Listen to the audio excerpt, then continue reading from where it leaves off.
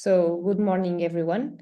Today we are here in the presentation of another series of the launch webinars of the Redata Consortium. So as we were talking about, the Redata Consortium is a consortium that aims to establish the Portuguese network for research data management support. And we are now providing these webinars. And in this case, we aim to discuss the aim of these webinars is to discuss the different profiles and competences that are are now required on research data management data. Oops, sorry. So today we are going to talk about the different profiles and competences that are required for the researchers. So we have Kevin Ashley, which is from the Digital Curation Center, and also for the Skills for EOSC project, which is going to talk about the minimal valuable skills. And also we have Rui Figueira from GBIF, which is more on a perspective of a use case, and as he has responsibilities near the researchers, and is going to present a more practical use case. So I would like to propose that Kevin, since he does not speak Portuguese, the presentation will be in English. So then I will open the session for questions, and then we'll move to Rui, and then the session will move to Portuguese. And of course, if you want to stay, and we can then discuss in the end some questions if there is any need to do this.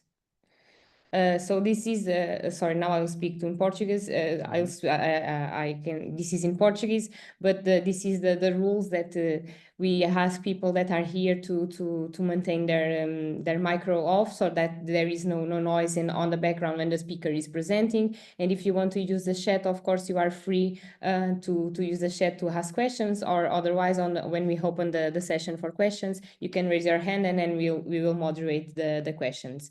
And as we're already discussed, the presentations and the slides will be shared in the end of this lunch webinar series. Do not forget that tomorrow there is another webinar at the same time. You have the link on our Redata website. You can go there and sign in if you didn't sign in yet. And we are going to talk about another perspective of other profiles and competence for research data management. And this is the Redata team. So let's now move on to the presentation. And of course, do not forget to follow us on LinkedIn, Blue Sky, and YouTube, where the recordings will be available. And if you want to contact us, please contact us by our email, or you can visit our webpage that is here. So now I will stop sharing my screen, and I will give the floor to Kevin. Kevin, once again, thank you so much for being here and for being available to present this topic that is really interesting, and I'm sure that everyone will be very pleased. The stage is yours. Thank you very much for the invitation to speak. As Ines said, I'm Kevin Ashley. I'm director of the Digital Curation Center. The presentation I'm giving today really is the work of two of my colleagues, Angus White and Dominique Green. And together they're leading one of the work packages in a project called Skills for EOSC. I'm not going to talk about all the activities of Skills for EOSC, but focusing on one particular aspect of what we've been doing, which is the development of these things called minimum viable skill sets. They have many uses, but one of the things certainly can help to structure training needs. So what I'm going to cover in the next 20 minutes or so is just to describe the aims of why we chose to create these things, how you can use them, some of the key points of what a minimum viable skill set is, which roles are covered by these skill sets so far. We'll take a closer look at one or two of the profiles that we've produced for different job roles, and I'll say a little about how these have evolved during the course of the project, and talk a little bit about the review process, which is open, and I'll tell you how you can contribute to that. So the idea of a minimum viable skill set is to profile particular roles that people have in open science, and considering how they're typically expected to contribute. You can see in the diagram on the right, they contain something about the mission of the organization that somebody's working in, the type of outcomes that that particular person is expected to produce, the activities that they'll need to do. What will this person do in their job? And from all of that, we say, well, what skills do you need to carry out those activities, to produce those outcomes, to support that mission? And we haven't started with a blank page on this. We've reviewed lots of relevant sources, existing competence frameworks, and policy statements. And we hope these skill sets will inform training design, and also they've been designed to be able to be adapted to different organizational contexts and research domain contexts. So 7 key things that I hope you remember by this. This is a Horizon Europe project, so it's scoped very much by the Horizon Europe view of open science, but I don't think that's very different from the way open science would be viewed elsewhere in the world. We recognize there are many different diverse roles. There are some that are obvious, the researcher, the data manager, the data steward, others perhaps that are not so obvious that we've tried to cover, policymakers, legal experts, for instance. As I mentioned, we've worked with existing published sources of competencies, role descriptions, and synthesize that work. It's a very high level framing of the learning objectives and outcomes. And we've produced these in line with a methodology also developed in the Skills for EOS project called FAIR by Design, which is designed not simply to produce materials that are about fair data, findable, accessible, interoperable, reusable, but materials that are themselves fair and open. So in the rest of this presentation, I'm usually going to refer to a minimum viable skill set simply by its initials, the MVS. It saves a little bit of time. So what's in one of these things? Well, they list the skills and competencies that somebody will need in a particular open science role. The profile also includes assumptions about the organizational context they're working in and the mission, what outcomes are they expected to achieve. And having produced the profiles, we've then used skills terms from existing taxonomies. There are 3 of them. One is ESCO, that's the a European set of keywords describing competencies and roles. And this helps you link these to other materials related to training and skills that use these same taxonomies. And what would you use one of these for? Well, our original goal was in helping to produce training materials. When you define what skills somebody needs, what outcomes they can produce, it helps you design training materials that will help them acquire those skills. But it can also help you as an individual, if you're in a role, to find appropriate training. The minimum viable skill profile will tell you what skills you need.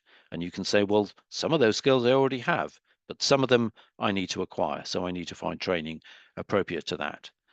It can help you in career development. If you have aspirations to move from one role to another, you can see what additional skills you might need to do that. It can help people writing a job description for a new role to identify what skills they're looking for in the person seeking this job. And it can help not just in defining one job, but in defining what you need in a team working in open science. And I'm sure there are other uses as well. Those are the ones that we've identified so far, and you may well think of other ways you can use them. And why did we choose that name, minimum viable skill set? Well, it comes from a concept that's familiar in agile software design, the notion of the minimum viable product. It's an emphasis on creating something that has the bare minimum of what you need, so you can very quickly get feedback on your software. And there's one definition of what the minimum viable product is there, the version of a new product that allows a team to collect the maximum amount of validated learning about customers with the least effort. So we've applied that idea to a generic profile. Again, the emphasis on documenting the essentials. And that's a restatement, as it were, of that definition of the minimum viable product, but applied to skills. And we see these documents really always as a draft for discussion, although we've produced 2 versions of them so far within the Skills for EOS project. Some were produced very early on, a couple of years ago. The project is coming to an end this August, and we've updated some of those based on feedback. But the project is also setting up a process, an editorial board, to maintain them in the future, because no job description, no set of skills is static. Our needs evolve over time. And in that sense, we think in the area of open science, there's an analogy to the idea of a data management plan, which again, ideally it's never fixed. It's something that evolves over time as our research evolves. As an example there on the right, probably too small to read the detail, but we'll go into it in more detail later, of one of the profiles for a digital collections curator. So that's something coming from the world of museums and galleries, for instance. And the profiles have evolved over time. There are a small number of example profiles developed by my colleagues in Work Package 2, the Skills for EOS, and we were looking there at work going back almost 10 years to the work in EOS Pilot. And they were to just give examples of the form and structure so we could get feedback on the very shape of the profiles themselves. And new profiles are since created with other parts of the Skills for EOS project. That digital collections curator role is one example, and the scholarly communications professional. And the feedback that we've received has helped us slightly redesign the format, and we've responded to feedback from people that have tried to use this in designing training and tried to improve the clarity and also shortened the profiles, hopefully to make them more useful. And I mentioned already the fact that we use these terms from other ontologies, aiming to match those skills to other ways that people describe skills, and it prompts trainers to think about learning outcomes. So this is one view of the different open science roles that we've looked at. Roles that will commonly exist in organizations, a research infrastructure professional, a policymaker, but also roles like civil servants who may not themselves be conducting open science, but may need to be aware of open science in their policymaking roles. We also have profiles that are more related to the career stage, an undergraduate student, a senior researcher, an early career researcher, and other roles like data steward and ethics advisor. And this is now actually a slightly out of date list of the profiles that we've produced, the ones that we're considering. So all those on the left-hand side of the screen are already available. There's a link at the bottom of the slide. I'll also include that link in the chat once I've finished my talk, so you can, that helps you find all the career profiles. Some of those marked as progressing on this slide are now actually available, the scholarly communication specialist and the digital curation collections curator. And some of those that are marked here as being considered are now actually under development by the project. So let's take a closer look at one of these skills profiles. And I've picked the one for the data steward, a role that I hope will be familiar to many of you. These are the people who, within an organization or perhaps within a research infrastructure, are responsible for ensuring data is open, reusable, fair, assisting researchers in doing that. And we defined actually 2 slightly different variations on this role: the embedded data steward, who typically works within a research group, and a coordinator that may be either acting across a research performing organization, a university, or working in a research or data infrastructure. One of the things we recognize with this is that although you may have the role of a data steward, that doesn't mean that your job title necessarily says that. So in all of these skills profiles, we define associated titles, people that will be saying, if your job title is research data manager, it is likely that you are actually carrying out the role of a data steward, for instance, or you may be called data curator, you may be called a research data management specialist. And in each case, we picked a number of job titles that we think may be relevant. So we start by defining in a broad term what that role does. And then there's a section defining what's the mission of the organization that the data steward contributes to, and which outcomes are they expected to contribute to.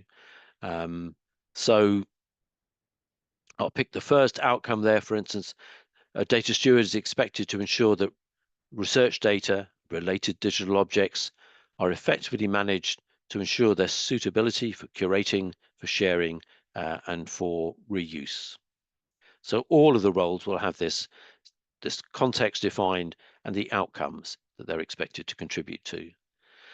And then there's a list of activities. What is the person going to carry out in this role? And again, the text is probably too small there to go into, but you can see that we try and make the list not too long, but ensure that we capture the different types of activities that are relevant to each role. And then finally, we come to the idea of, okay, assuming that this is the context we're working in, these are the outcomes that we want to achieve, the activities we're carrying out, what skills are you going to need to carry out this role? And in this case, we've identified 12 essential skills and competencies: simple knowledge of open science practice, knowledge brokering about research data management, helping researchers understand what they need to do, advocacy, analysis, and assessment of fair data criteria, for instance. And again, as time is pressing, I won't go through all of these. You can see this is how this works. And from that, here's an example of how we've used those skills and learning to define learning objectives and learning outcomes for the training that we've produced in our own projects. So identifying relevant regulations and local policies being a learning objective, identifying and balancing conflicting and opposing interests, proposing solutions within a personal data compliance context. As I mentioned, we've also conducted reviews of these, and that's an ongoing process to ensure these are kept up to date. Initially, we did the surveying and reviewing inside the project, and we've now opened that up. And in fact, there is still time to contribute. We're not expecting to complete the analysis of that survey until next month. And I'll share that link where you can contribute to this review again in the chat after this talk. But for the moment, I'm going to talk about what we've seen so far in our responses to a couple of key questions from that survey. How well do those skills listed match the roles that what people believe are needed in those roles? And we also ask people to say, how useful do you expect these profiles to be for identifying your own training needs? So this is an illustration for first that question about how well have we captured the skills that are needed in particular roles. You can see on the left hand of that diagram, there's the different roles: some civil servant, data steward, ethics advisor, knowledge broker, etc. And responses on the right indicate we've done very well. Responses on the left mean that people think we haven't done so well. You can see there's very positive feedback for some.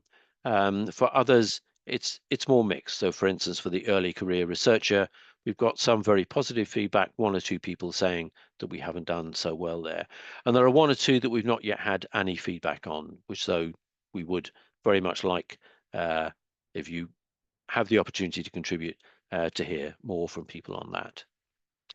And we also asked people how useful they'd expect these to be. And again, generally, the feedback was positive. In this case, the responses on the very left are people saying, I actually can't answer this question because that profile isn't relevant to my own organization. So those responses in the extreme left, in a sense, aren't. You can see most of the responses are clustered against the right-hand side, suggesting people are saying this is going to be very useful. We've had positive feedback for almost all of them, but for others, we've had very little response. So we'd still like to hear more. And again, that survey link is there. And I think I've pretty much used up my 20 minutes now, and I'm happy to take some questions.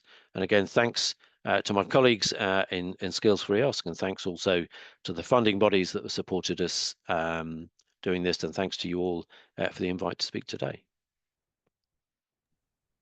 Thank you so much for your presentation.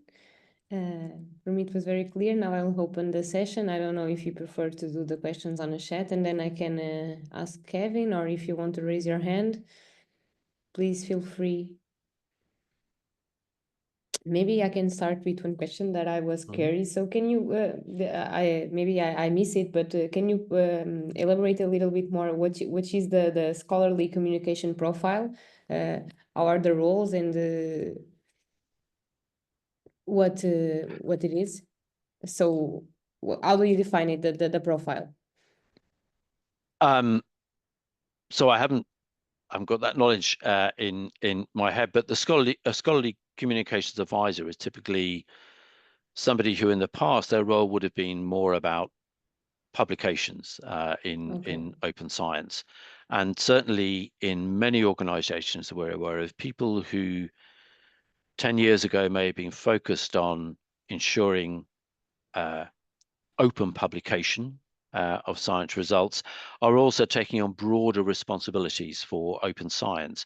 But even if they aren't, that role of ensuring that our publications about our research are open has a strong link with ensuring that the data is open, that other digital research outputs are open.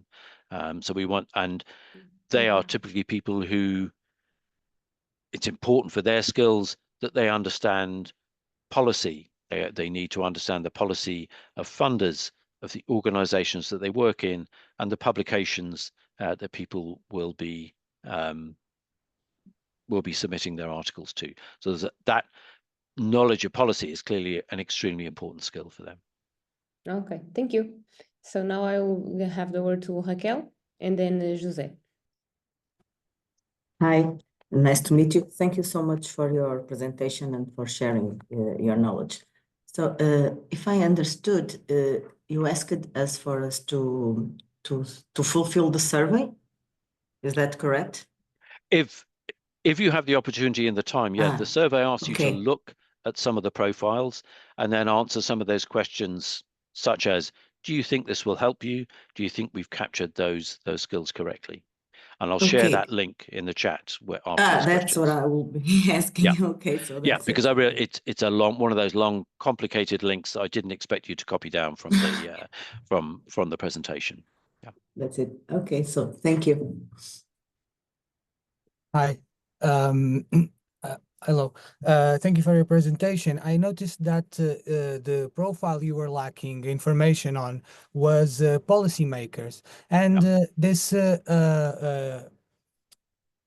highlights a thing that I think it's a problem in open science. It's we have some difficulty, I think, in having more senior people, PIs, and that actually come to open science workshops, etc., and actually participate and provide the necessary steps towards making their research more open. And my question is, how would you tackle this this issue? How would you make more established academics, let's say, people who have like not much time to do the painstaking job of making data open? How would you tackle that, and how would you like convince them to support this kind of open research, open science ethos? So I recognize the problem you describe. I think it's one that we've seen in countries all around the world in dealing with open science. And I'll just mention a couple of things that I know have been useful in other contexts. So, there are two ways of making people, fundamental ways of making do things. One is, policy, something that at a high level, a funder, a university tells people, you must do this. It's a rule. You have to comply. You must, publish openly. You must share your data. But senior researchers in general, they're clever people. They wouldn't be senior researchers if they weren't clever. And clever people, if they don't want to do something, have usually got a good way of avoiding complying with those things. But the other route is to try and persuade people that it's actually in their interests to do this. And we, for instance, did some work with Spark Europe a number of years ago, producing short briefing papers for senior university management to persuade them that instead of seeing open science as a difficult thing with costs and no benefit, there are actually really positive advantage for a university in embracing open science. The most obvious one being that there's this strong correlation between making data behind research open and increased citation rates to that research. Almost every senior person in a university, almost every researcher wants higher citations, higher interest in their research. And there's now lots of solid data and studies from many different domains of science showing this strong correlation between open behavior and increased citation. And I think that's often a more effective way to persuade people to change, not by sending the police after them, but by saying, your life will be better if you do this. Thank you. You had your hand raised, now it's off. Do you still want to do some question or? Sorry. Yeah, a quick one. Do you see, Kevin, and thank you for your presentation, do you see any challenges related to the specialization that is required in some institutions? Like if you're in a medicine school, that needs to be reflected in the skills you require compared to what were happening to an agriculture school?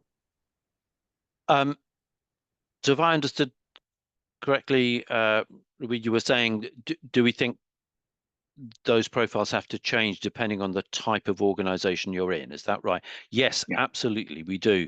And that's why the profiles we publish are intended, in a sense, to be adapted by people to suit particular contexts. So they start by describing the assumptions we have made about the type of organization you're in. And that allows you to look at those assumptions behind it and say, well, okay, those things, they match where I'm working. These things are different. These assumptions are different. Therefore, if we make clear how the assumptions affect the skills required, you can understand how you might need to change things. I think in many cases, it's simply it's not that the profile needs to change dramatically, it's that there is a change of emphasis, that certain skills may be more important in a particular organizational context. So the most obvious one to me, let's say picking that data steward role, I think if you're working within a particular research group, dealing only with the data from your immediate colleagues, the requirements placed upon you, the skills you need, the knowledge you have is going to be different from somebody working in an international data infrastructure, something like the European EBI, for instance, or CERN, or a National Social Science Data Archive. You're dealing there with data from many, many different people, most of whom you won't know. And your role is also to build up an integrated collection, even though the data's come from many different sources. So you will need certain skills will become more important in that context. Thank you. So if there are any questions, so thank you, Kevin, once again for being available to be here. I invite you to say if you want to hear now, Rui, and if you have any questions in the end that people can answer, please stay here with us. So now I'll switch to Portuguese. Sorry. That's fine, but I will stay. I'll stay until the end. Yeah, thank you very much. Thank you. Thank you very much. Vamos então agora passar ao Rui Figueira, que nos vai falar da parte do GBIF. Neste caso, como eu tinha antecipado no início, será mais trabalha junto à responsabilidade com os investigadores, vai falar mais uma questão de use case e, portanto, dou-lhe a palavra para a sua apresentação e estarei aqui. Veja se consegue partilhar, por Obrigado. favor. Sim. Obrigado e obrigado pelo convite. Penso que estamos a ver. Sim, está tudo ok. Ok. Vim-vos apresentar então o exemplo de uma disponibilização de dados e mobilização de dados na área da biodiversidade, são dados de ocorrência. O SBIF é uma organização internacional governamental cujo objetivo é partilhar ou facilitar a partilha de dados de forma gratuita para qualquer pessoa que tenha acesso ao browser. E o que nós encontramos no SBIF, basicamente, são este fundo que estão aqui a ver, em que cada ponto mais brilhante corresponde a uma maior intensidade de dados. E, portanto, neste momento o SBIF disponibiliza 3 mil milhões de registros de ocorrências de espécies para todos os tipos de ambientes de toda a parte do mundo. O que acontece aqui é os desafios que tiveram que ser ultrapassados para conseguir que estes dados estejam disponibilizados de uma forma coerente para que qualquer investigador em qualquer parte do mundo consiga utilizá-los percebendo tudo aquilo que os dados têm inerentes.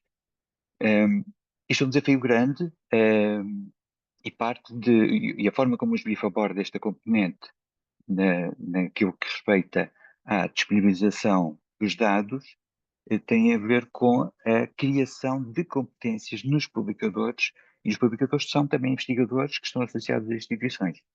E, portanto, é preciso que estes investigadores percebam que quando vai partilhar dados de biodiversidade, neste caso o que nós chamamos de dado primário de biodiversidade, que diz a espécie, em que sítio é que está, quando é que foi vista, por quem foi vista, qual foi o protocolo de amostragem, percebe ou deve perceber como é que deve organizar esses dados. E, portanto, do ponto de vista de formação, o SBIF o que faz é usar os requisitos que os dados têm para definir todas as competências que os investigadores devem adquirir e, nesse contexto, definir quais são as capacidades que devem ser adquiridas e qual é o desenho das ações de formação. Portanto, o SBIF, na verdade, o que tenta é criar um currículo em suporte à mobilização de dados, o currículo em informática para a biodiversidade, facilita essa mobilização de dados. Este currículo vem acompanhado de produção de documentação e produção de materiais para apoio às atividades de formação. O problema, parecendo simples, porque se trata de dados de biodiversidade, na verdade tem muitas dimensões diferentes.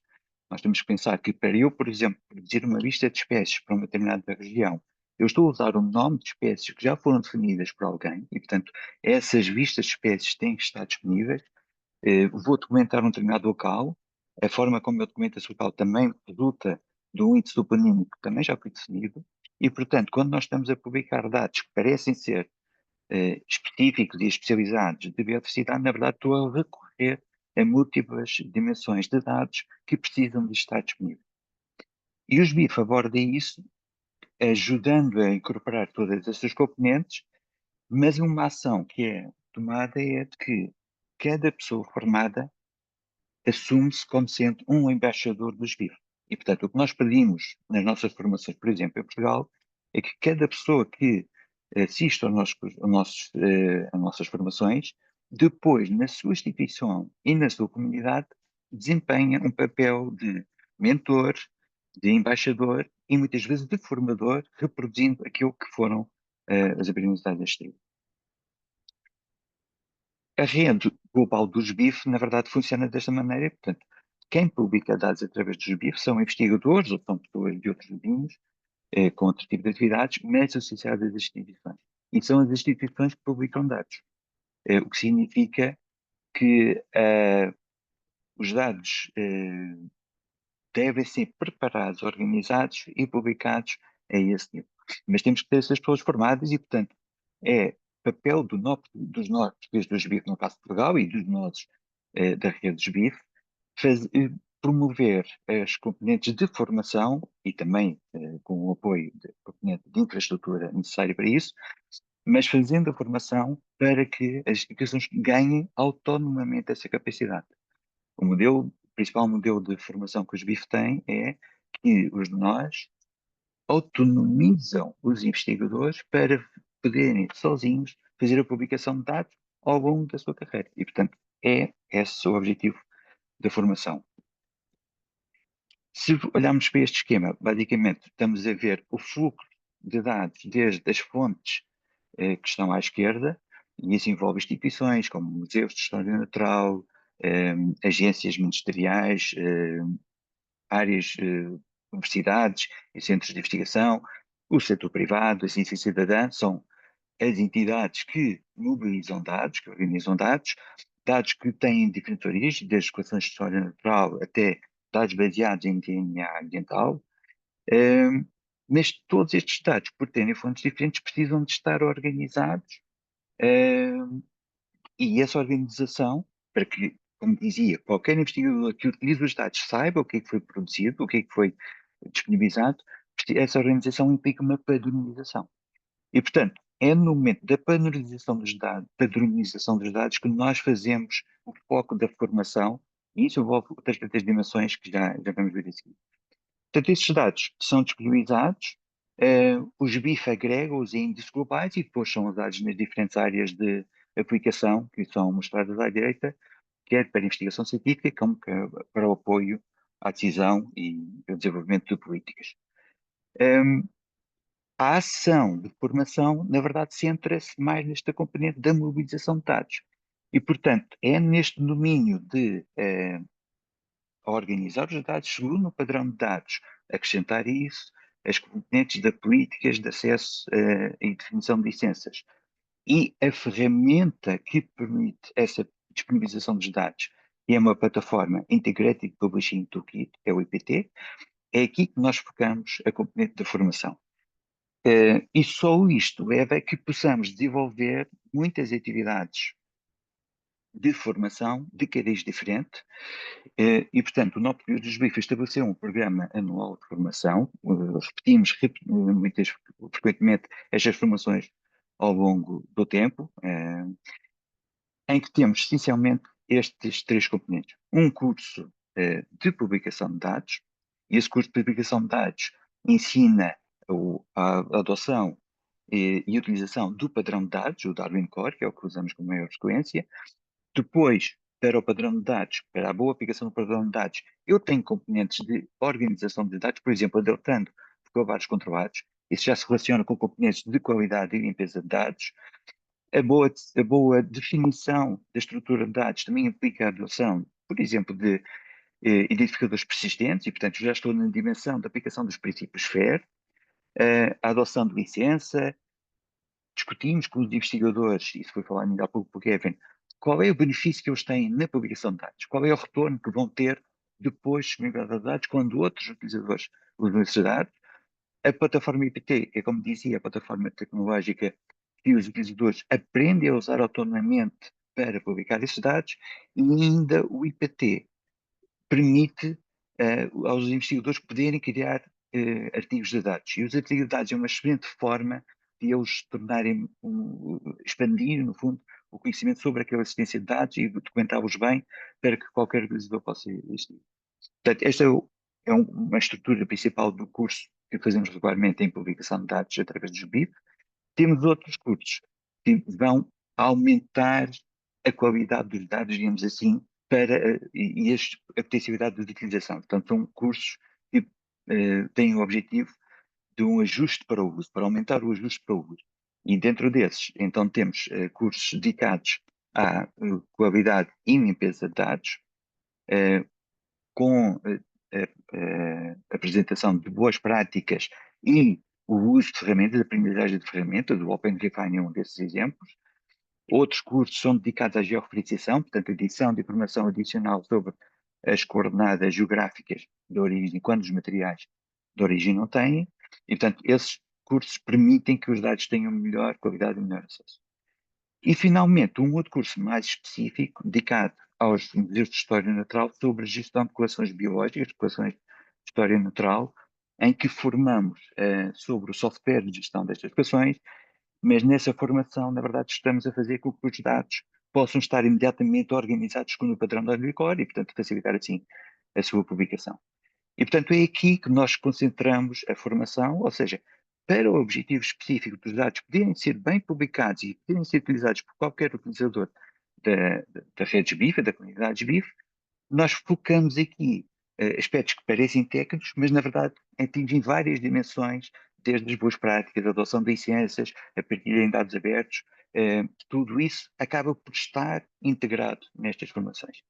E, portanto, acabava dizendo que dentro do nosso projeto de gestão, do Centro de Gestão de Dados de dados de investigação, em que o nó português dos BIF está financiado, os BIF.pt, temos estas formações previstas para este ano, 2 delas já com datas marcadas, e portanto aproveitava esta oportunidade para dar a todos conhecimento disso e agradecer uma vez mais o convite e estarei disponível para perguntas se houver.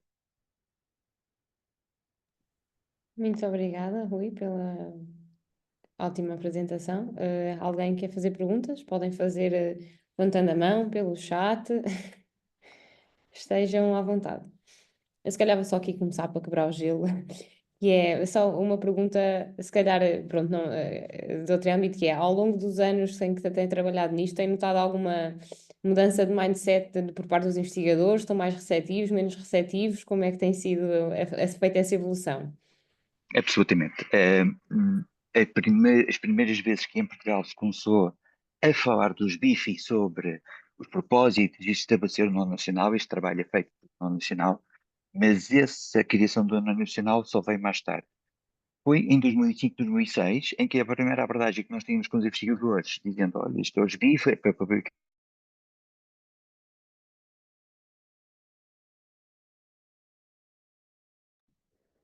Julgo que... Um ano depois, Peço desculpa, Rui, em nós temos aqui, 2015, tive aqui algumas quebras. Puder repetir, acho que parou aqui nos últimos 30 segundos.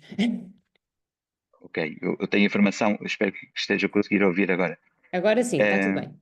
Olha, estava a dizer que em 2005 as primeiras abordagens que tínhamos aos investigadores sobre publicar os seus dados, e as pessoas ainda têm muito tinham na altura a atitude, estes são os meus dados. A resposta era imediatamente negativa, não, nem pensar. 2013, quando formámos o Nós BIF, e houve uma mudança, de facto, cultural, podemos dizer, nessa altura começamos a ser abordados porque as pessoas queriam publicar os dados. Mas para isso contribuiu também a demonstração da vantagem de publicação dos dados, e esse é um dos componentes que nós cobrimos no curso. Explicar que, por exemplo, quando eu publico um artigo científico e publico os dados associados ao artigo científico, o meu artigo pode ter mais citações e isso está demonstrado. Há estudos que demonstram isto. E, portanto, tem mais impacto. Entretanto, começou a termos a abordagem da ciência aberta a abranger e a própria adoção da política de acesso aberto para a FCT em 2014 facilitou muito, muito isso. Portanto, agora o mindset verdadeiramente mudou. Obrigada. Temos aqui algumas perguntas. Portanto, a Fernanda Olival pergunta se importa-se esclarecer melhor o que é um artigo de dados.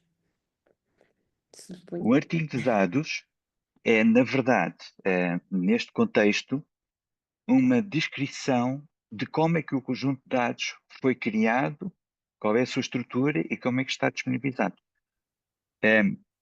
Se pensarem no artigo científico, é equivalente ao artigo científico, tem inclusivamente o mesmo aspecto, a mesma estrutura, com a definição do título, autores, uma descrição que normalmente é mais breve. A diferença para um artigo científico é que não apresenta uma hipótese, não discute essa hipótese, não analisa, portanto, os dados, não tira conclusões.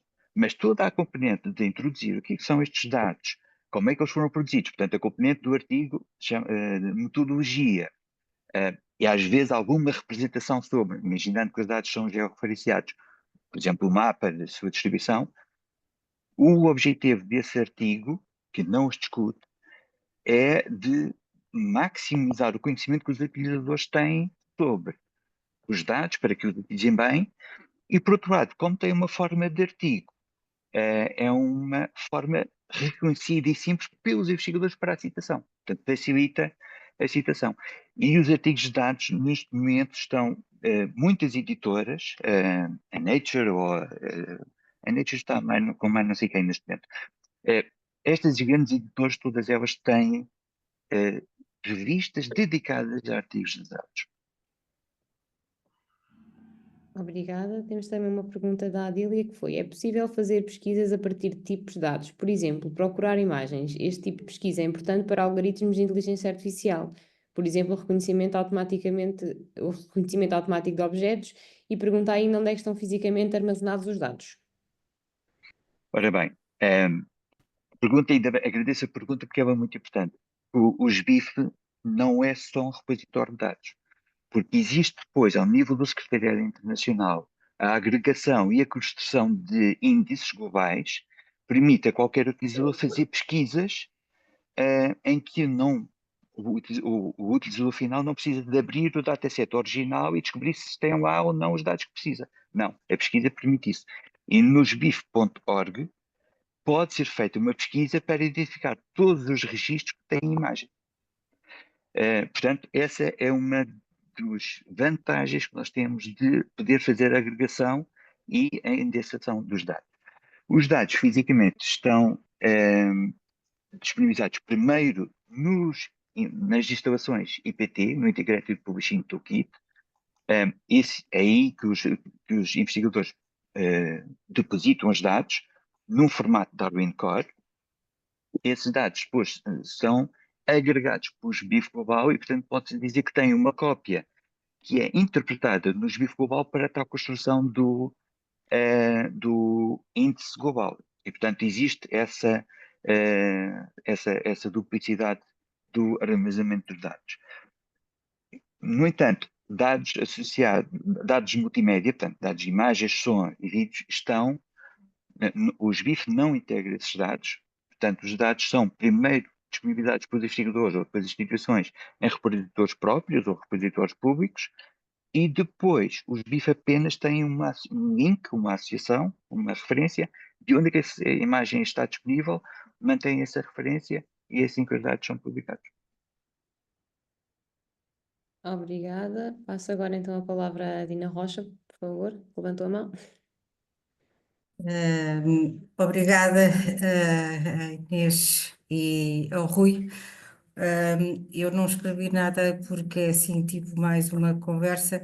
Eu sou da área da ciência aberta, mas tenho um pezinho na ciência cidadã, que é uma área que para mim é muito querida e faço parte neste momento daquilo que foi criar a rede. Neste momento que temos já a rede criada. Neste caso, eu fui por acaso lá espreitar, não temos lá nada dos bifes, nem se calhar vai estar, e por acaso é uma dúvida que eu tenho, portanto os bifes não estarão lá integrados, ou poderão estar, ou só serão projetos que possam vir que estejam interligados com os bifes. Isto é uma pergunta, porque eu também, depois faço também, tenho uma atividade particular que faço por aí muitos trilhos, e quando o Rui mostrou aquela fotografia dos cogumelos, eu uma vez caí num espaço de cogumelos e tenho muitas fotografias sobre do espaço onde caí de cogumelos.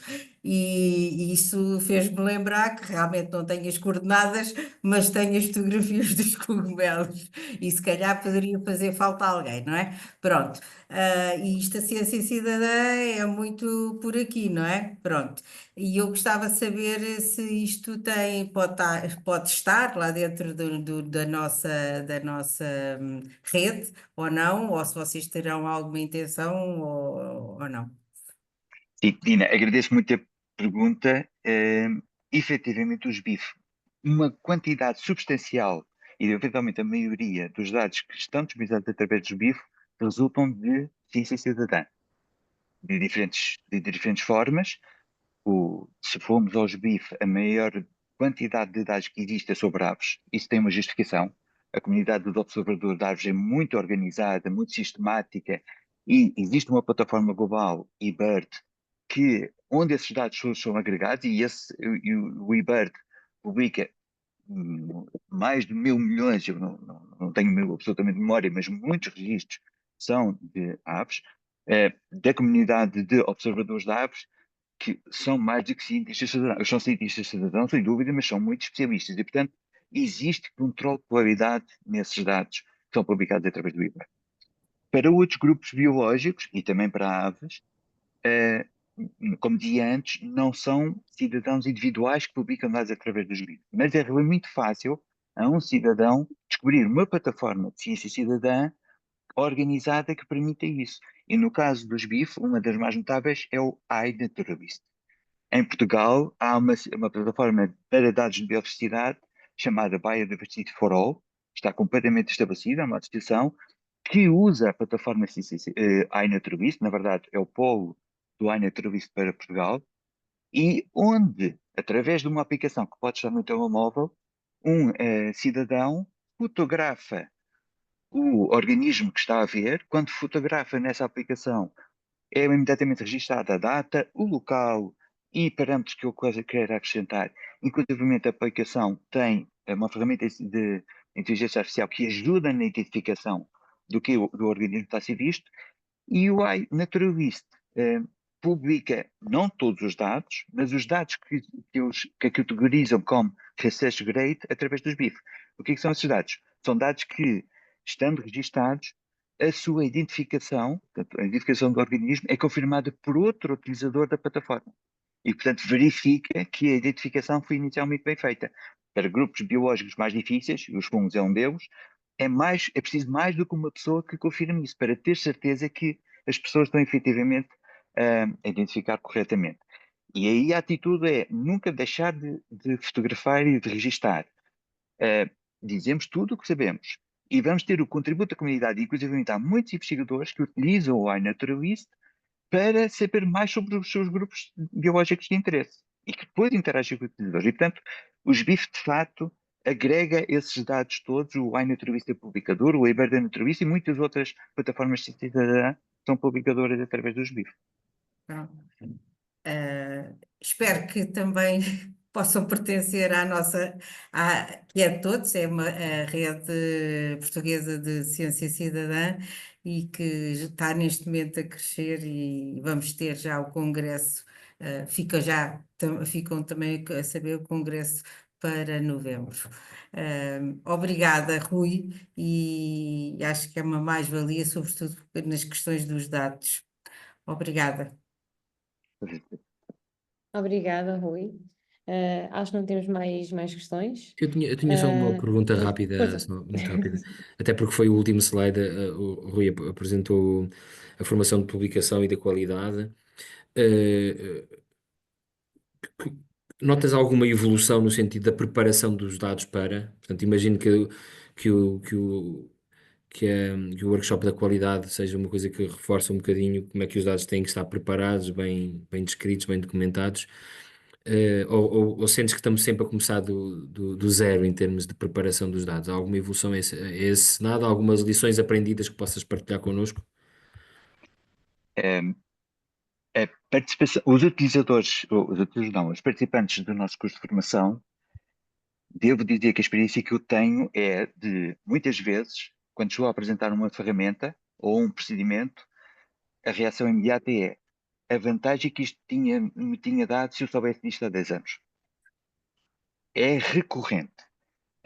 E tem sido uma excelente forma de as pessoas aprenderem, olha, afinal, eu posso ser mais eficiente, eu posso garantir melhor qualidade usando isto.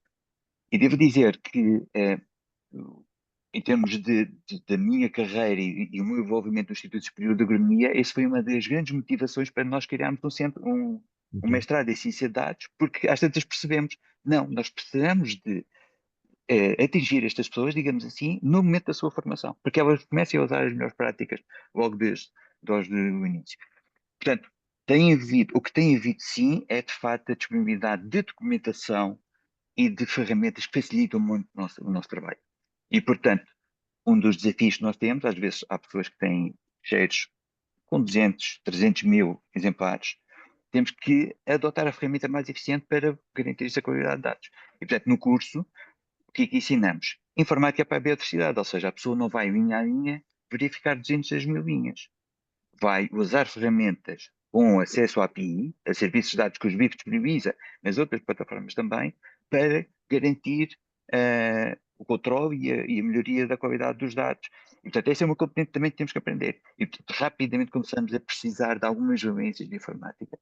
Mas agora estamos num tempo novo, que é, podemos usar as ferramentas dos Large Language Models para nos ajudar nisso. Se soubermos o que queremos fazer, temos uma grande ajuda dessa. E, portanto, eu acho que o curso que vamos dar este ano, aliás, o curso deste ano vai ser, em termos de conteúdo, diferente, porque o próprio SBIF também evoluiu, está a incorporar mais tipos de dados, e isso implica nós podemos cobrir fontes diferentes e necessidades diferentes, mas o curso vai ser novo também por isso, porque estamos no novo contexto do uso dos vários language models e temos que ter proveito deles. Obrigado, obrigado. Eu gostava só de perguntar já agora, estou aqui, desculpem, gostava só de perguntar como é que era possível, a nível de uma instituição, termos conhecimento de quem são, uma instituição, neste caso é a Universidade do Algarve, termos conhecimento de quem são as pessoas que já fizeram a formação e quem são os, digamos assim, os... Embaixadores. se existem, embaixadores, se existem, que existem com certeza aqui na universidade.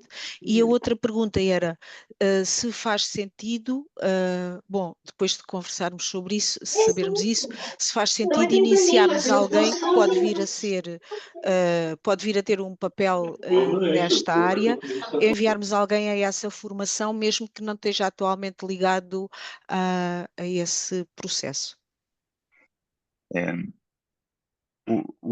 Toda a documentação e, inclusivamente, a lista de participantes nas nossas formações estão disponíveis no site do NOPQUIZ dos BIFs, bif.pt, onde tem uma área de formação e vão encontrar as várias formações e temos aí essa lista.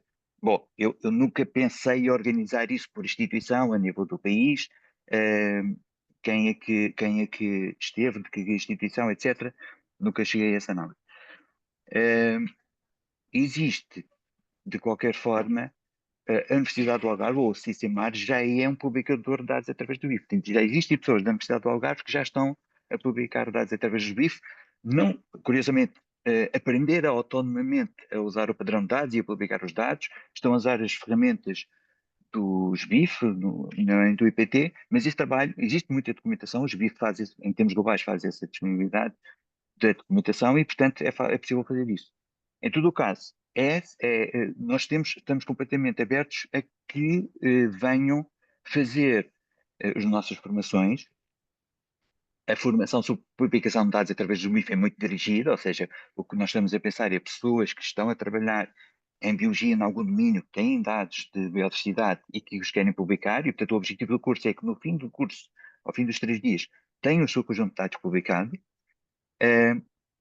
A outra formação de qualidade de dados, eu diria que se aplica a outros domínios. Portanto, não fique, os exemplos que usamos são de biodiversidade, mas facilmente é transferível aquele conhecimento e aquelas ferramentas para outros domínios de controle de qualidade de dados. E, portanto, estamos completamente abertos a essas inscrições. Obrigada também à audiência pela sua participação aqui ativa com os nossos. Thank you, Kevin, now in English, for being here and to be available to share with us your knowledge. I'll Yes, just just a remark that as we yes. are going to send the recordings and the slides, we can also share the links. That's so also for the survey, Kevin. So we promise also to disseminate in our network. Okay. Yes, I have it here. Yes, Don't worry, I will he share already it. shared. Yes. No, shared in our email that we are going to send Okay. to all the Yeah. participants. It's here. Okay. So do not forget that tomorrow there is another webinar. You can go to our Redata website to sign in. And thank you. Obrigada for being here. Obrigado. Obrigado, bom dia. Boa tarde. Kevin, Deixamos aqui, Rui, abraço, obrigado pelo esforço. deixamos aqui a sessão Obrigado. aberta durante algum tempo para que vocês possam aceder aqui ao link do fórum, se quiserem já ir deixando a vossa opinião. E se quiserem subscrever a newsletter, também tem o link para a subscrição. Agradeço. A sessão fica aberta, por isso deixo aqui mais 1 ou 2 minutos aberto. Obrigada.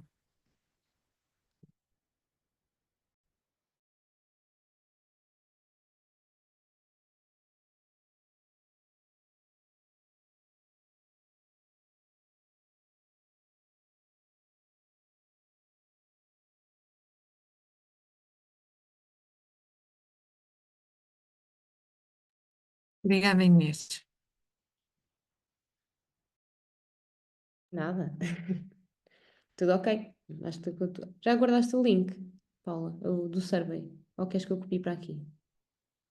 Guardei. Eu acho que eu abri. E aí o survey, tenho aqui aberto. Pronto. Tenho. Senão- E tenho o link também do Zenodo. Tenho aqui 2 abas com essa. Se calhar vou mandar aqui para o Redata, só para a gente ficar aqui. Sim.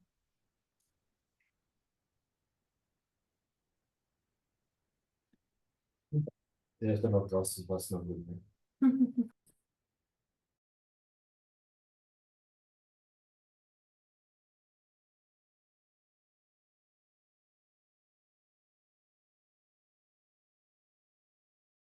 Hoje não funcionava. Hoje não funcionava. Isso, exatamente, é esse o link. Isso. Obrigada.